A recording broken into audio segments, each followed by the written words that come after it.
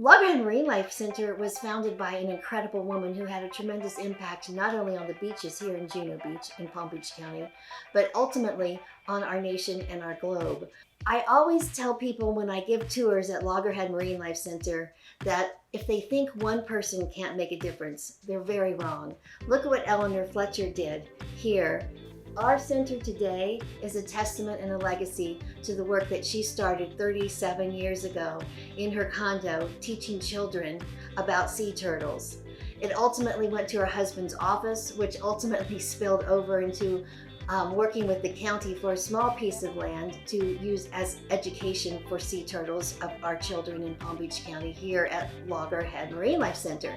My name is Sarah Hirsch and I'm the Senior Manager of Research and Data here at Loggerhead Marine Life Center. We started the satellite tracking project last year in 2020. And our goal is to be able to put these satellite transmitters on the carapace or the top shell of sea turtles. Hi, I'm Dr. Justin Peralt and I'm the Director of Research here at Loggerhead Marine Life Center. So the tagging process is a little extensive. It takes about 2 to 3 hours on average per individual. So at first we have to clean the shell. So we do a lot of sanding and picking off kind of any extra pieces that might interfere with the attachment of the tag. Then we clean that with an acetone, just like a nail polish remover, to get it really clean, get everything off of the shell. Then we place what we call a super bond epoxy onto the turtle shell and then on the tag itself. Place that and hold it in place on the turtle and shape it so that it's kind of streamlined so that it doesn't create any drag within the water. We let that set and dry, and then we paint it with an anti-fouling paint, we call it, which prevents any external algal growth or barnacles or things like that from growing on the tag, which can cause it to stop working kind of earlier than it should, and then we kind of let the turtle go back into the water. And those devices can basically let us know where that animal is in near real time.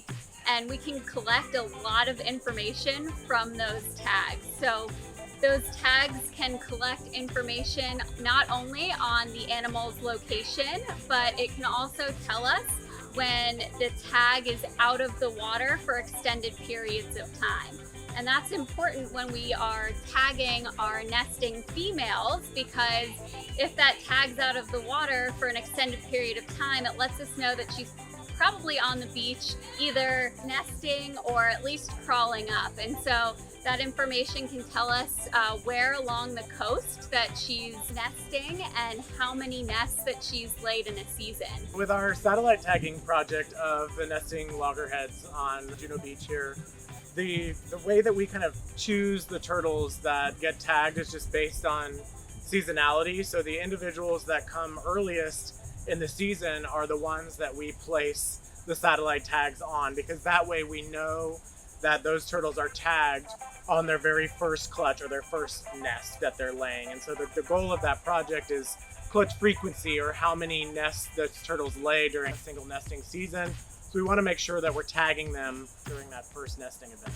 And these tags can also tell us other information about her habitat. So things like temperature is transmitted to us. And so we can look at what temperature regime she's spending time in, and if that can influence how quickly she comes back to nest. The data collection from the tags is determined by the battery life. So depending on the settings that we have in the tag and how much data it's collecting, that kind of determines how long the battery lasts. Typically, the tags will transmit for 6 months to a year on average. This is kind of the beginning of our project. We've tagged 17 animals so far. Our goal is to tag a total of 50 animals. And once we hit that sample size, we'll start to use all of this information to put into publications and hopefully inform management about a whole bunch of topics. We do a lot of other projects on these animals. So we collect blood samples from these turtles to analyze their health, exposure to different contaminants, and a number of other different things that can tell us about the turtle.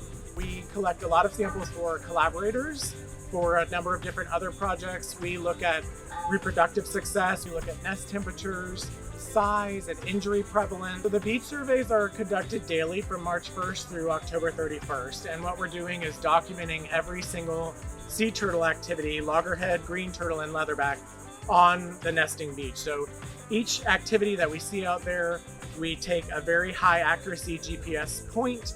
We mark and monitor a lot of those nests as well. So because we have usually more than 10 to 15,000 nests out on our 9.5-mile stretch of beach, we don't mark every single nest that's out there. What we have out there is only about 5 to 10% of the total nests. So once those hatch, we dig those nests up to determine a nest inventory to calculate hatching and emergence success. Based on that kind of number of nests that we mark, that gives us a proxy for the entire season and all of the species as well. Once we're putting these tags on these animals, that animal becomes extremely valuable. So we want to collect as much information as possible that we can. So we're interested in looking at clutch frequency, which is how many nests an individual female will lay in a single season. So these females aren't just depositing one nest in a year, they're actually laying multiple nests. That means that if we have 100 nests on our beach, that doesn't equate to 100 females. And so knowing what that clutch frequency or that number of nests that individual females are laying can help us determine what our breeding population size is. And so obviously with a threatened and endangered species, knowing what our population size is critical for us to be able to protect these animals.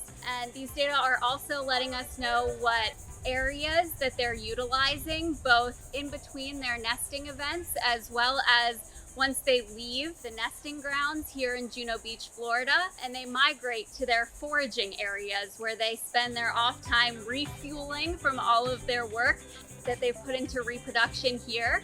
And so we're tracking these animals to places as north as Delaware Bay and as far south as the Bahamas. Not just looking at, where they are when they're here off of our local coasts, but where their migration corridors are and where they're spending time. So this is not just important to Florida management, but to the global management of sea turtles.